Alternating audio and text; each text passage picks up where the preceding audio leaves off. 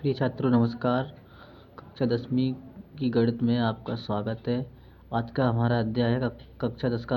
आज का अध्याय हमारा त्रिकोणमितीय अनुपात। त्रिकोणमितीय अनुपात में प्रश्नावली 8.1 का क्वेश्चन नंबर 4 हल करने वाले हैं। सबसे पहले हम क्वेश्चन को पढ़ लेते हैं। यदि 15 कोटे बराबर 8 है तो साइने और सैके के मान ज्ञात कीजिए। इस सवाल में सबसे पहले हम क्या करेंगे, सबसे पहले हमें जो दिया होता है उसे देख लेते हैं। क्या दिया है हमारे लिए? 15 कोटे का मान कितना दिया है? 8। तो साइने और सैके के मान ज्ञात कीजिए। इसमें जो दिया है उसे हम एक बार लिख लेते हैं। शुरुआत हम यहाँ से करते हैं, जो दिया है वहीं से शुरुआत करते हैं। तो सर्वप्रथम इसे हम लिख लेंगे। तो यहाँ पर क्या डालेंगे? तो यहाँ पर हम हल लिखते हैं। हल जो दिया है उसे हम एक बार लिख लेंगे। 15 कोटे बराबर 8। तो यहाँ पे क्या लिखेंगे? 15 कोटे बराबर 8। अब हमें कोटे का मान निकालना है, तो जो गुणा में 15 हैं उन्हें हम भाग में भेज देंगे। तो कोटे बराबर क्या हो जाएगा? बराबर है तो बराबर, और 8 की बटे में क्या आ जाएंगे? 15।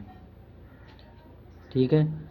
अब कोटे का हमें फार्मूला देख लेते हैं हम। तो देखिए दोस्तों, ये साइन, ये LAL और KKA, ये वाला बॉक्स होता है, ये साइन का बॉक्स होता है। और ये वाला बॉक्स होता है, ये किसका होता है? कॉसेक का होता है। और ये LAL, ये किसका बॉक्स होता है? टैन का। अब साइन का उल्टा कॉसेक होता है, और कॉस का उल्टा सेक होता है, और टैन का उल्टा कॉट होता है। यानी कि अगर साइन के फॉर्म में देखें तो लंब बटे कर्ण, और कॉस के तो आधार बटे कर्ण। इसी प्रकार टैन के तो लंब बटे आधार। तो टैन का उल्टा क्या हो जाएगा यहाँ पे? इसमें हमारा कॉट ए दिया है, तो हम कॉट ए की जगह पे क्या लिख सकते हैं? आधार बटे लंब। यानी कि टैन का क्या है? लंब बटे आधार। तो कॉट का क्या हो जाएगा? आधार बटे लंब। तो कॉट ए की जगह पे हम क्या लिख लेंगे? आधार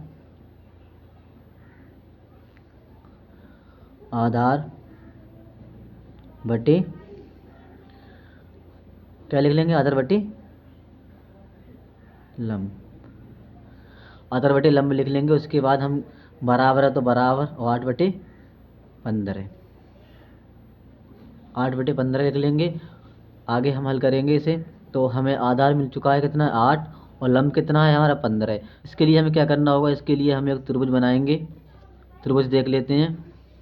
चलिए, त्रिभुज बना लिया है हमने। और देखिए, त्रिभुज हमारा त्रिभुज है, ये हमारा त्रिभुज है ABC। इसमें थीटा हमारा A है, तो हमने यहाँ पर A ही रखा है। और ये दोनों कोड कहीं पे रख दो, B और C। तो थीटा के सामने वाली भुजा क्या होती है? लंब। तो हमारा लंब इसमें कितना है? 15। और थीटा के नीचे वाली भुजा कौन सी होती है? आधार।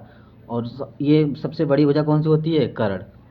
तो हमें इसमें लंब पता है और आधार पता है, तो हमें क्या निकालना होगा? कर्ण।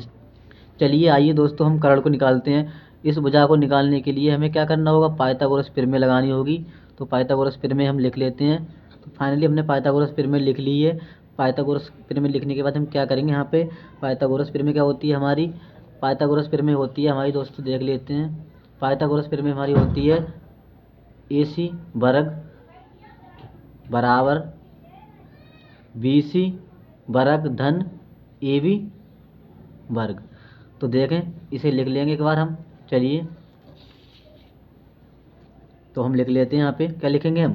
AC वर्ग बराबर BC वर्ग और धन AB वर्ग। हम ये सारे मान इस चित्र में देख लीजिए। हम ये सारे मान क्या रख देंगे? AC हमारी कितनी है यहाँ पे? AC हमारी कितनी है?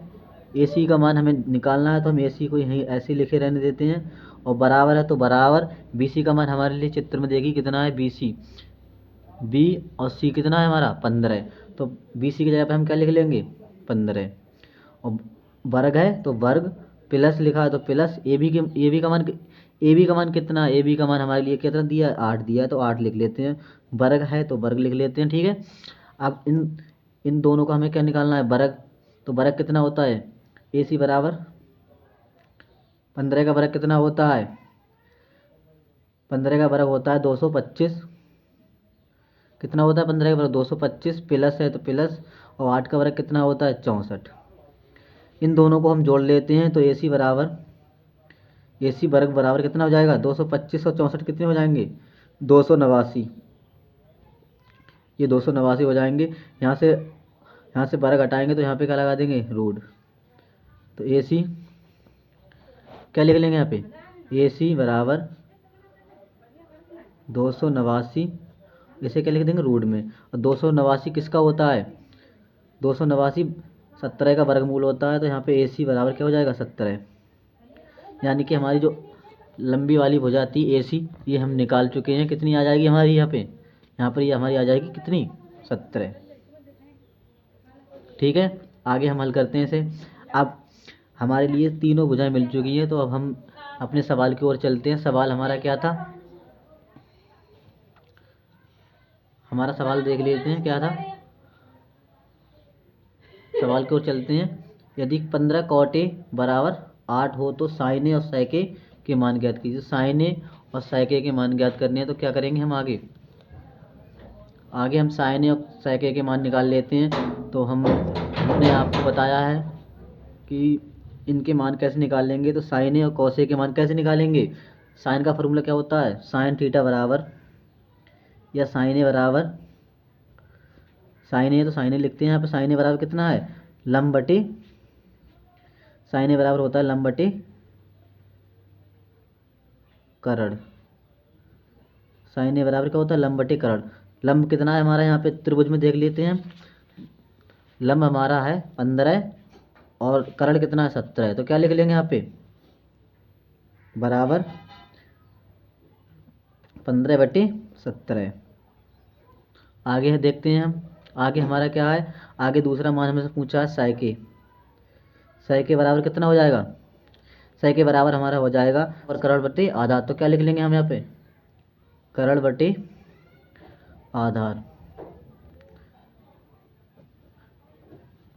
कितना हो जाएगा कर्ण कितना है हमारे यहाँ पे कर्ण हमारा 17 है और आधार कितना है हमारा आधार है 8। फाइनली दोस्तों आप लोगों को ये सवाल समझ में आया होगा। अगर ये सवाल हमारा समझ में आया है, क्वेश्चन समझ में आ गया है तो हमारी वीडियो को लाइक करें और चैनल को सब्सक्राइब करें। Thank you.